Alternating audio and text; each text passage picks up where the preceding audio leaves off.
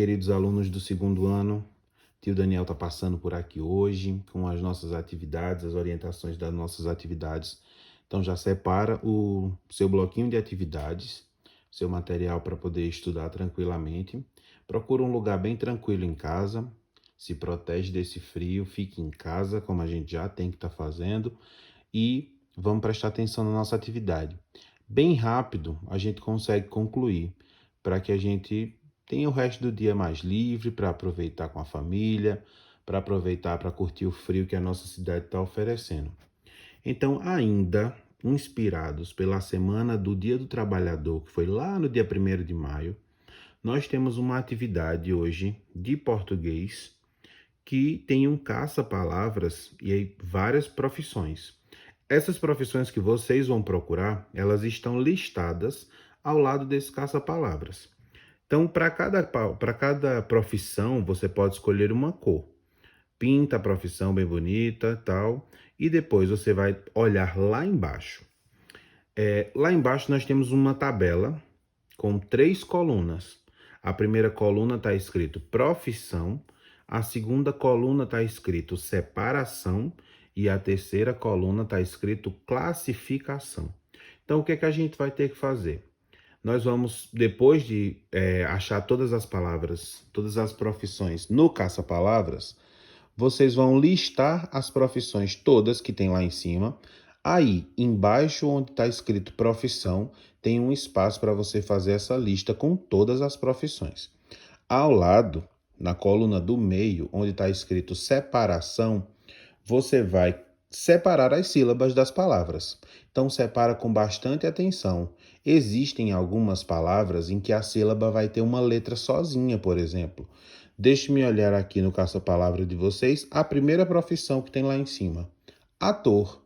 Quando eu falo a palavra ator, eu falo ela em 2 pedacinhos. Ator. Então, a letrinha A, ela está sozinha.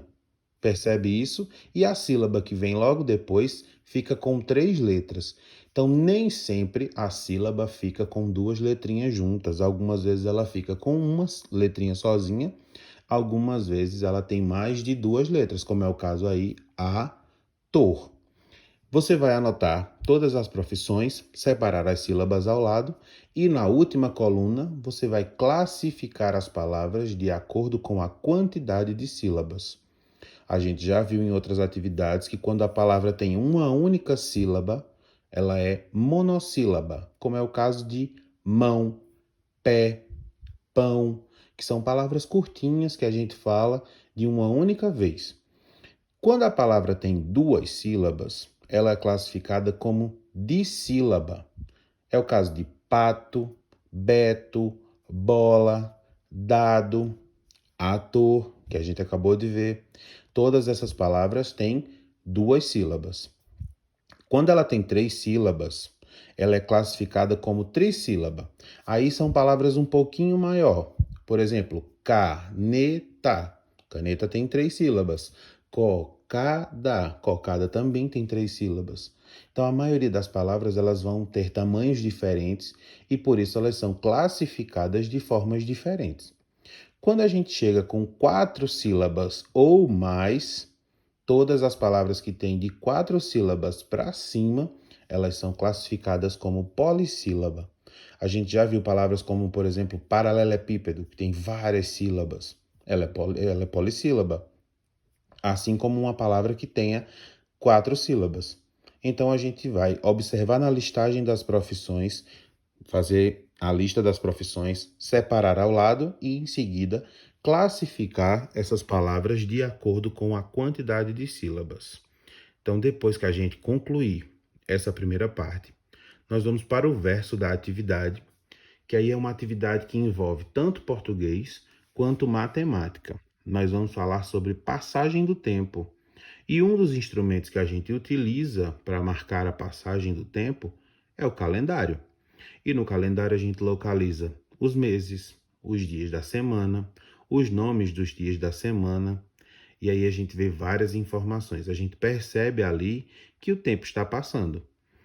Então, logo no começo da atividade, nós temos um pequeno textinho, é um pequeno poema, chamado A Semana, que diz assim: a semana vai e vem, cada dia trabalho tem. Domingo, segunda-feira, terça-feira, quarta-feira, quinta-feira, sexta-feira e sábado também. Essa, então, é um versinho que chama a semana e vai orientar a nossa primeira parte da atividade. Você vai responder as 6 perguntas que vêm abaixo. Ao lado nós temos uma cruzadinha. Para responder essa cruzadinha, você lê as dicas que tem lá embaixo. Não esquece de pintar a sua atividade. Qualquer detalhe que tiver na sua atividade, pinte, pois ela fica muito mais bonita quando você mandar a foto, tá bom?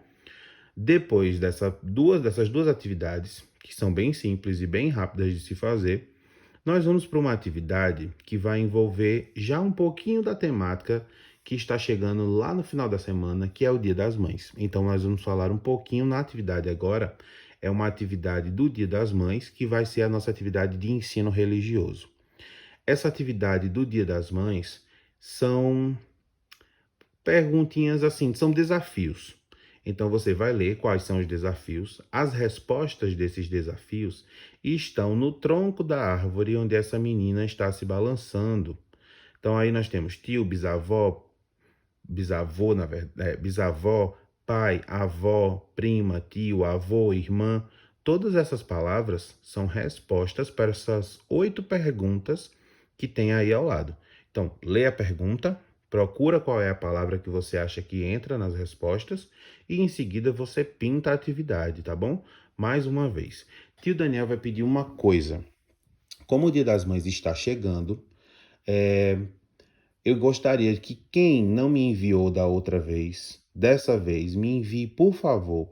Procure uma foto bem linda, a foto que você mais gosta, que está você e a sua mãe juntos, e manda para mim para que eu possa fazer um vídeo. Eu vou resgatar algumas fotos do vídeo do Dia da Mulher, mas eu queria fotos novas para que a gente pudesse fazer um vídeo especificamente sobre o Dia das Mães. Então eu vou aguardar esse retorno de vocês e aviso aqui, mas eu vou avisar novamente no grupo, que na sexta-feira, dia 7 de maio, nós não vamos ter, nós não vamos ter aula. Por que que não vai ter aula? Os professores do município vão participar de uma formação, uma grande reunião que vai durar o dia inteiro. Vai começar às 8, vai terminar às 4 da tarde, e aí a gente não tem como passar atividades. Como eu não sabia dessa reunião, eu mandei, junto do kit de atividades também para o dia 7.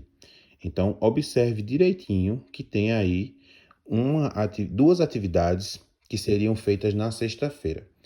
Vamos combinar o seguinte: essas duas atividades não devem ser feitas agora, na sexta-feira, e elas ficam para ser feitas na segunda-feira que vem. E aí eu vou entregar o kit de atividades na escola na terça-feira, para que a gente possa concluir as atividades desse kit e eu possa entregar um novo. Combinado assim? Quando for na sexta-feira, eu reforço essa informação no grupo, para quem não tiver visto.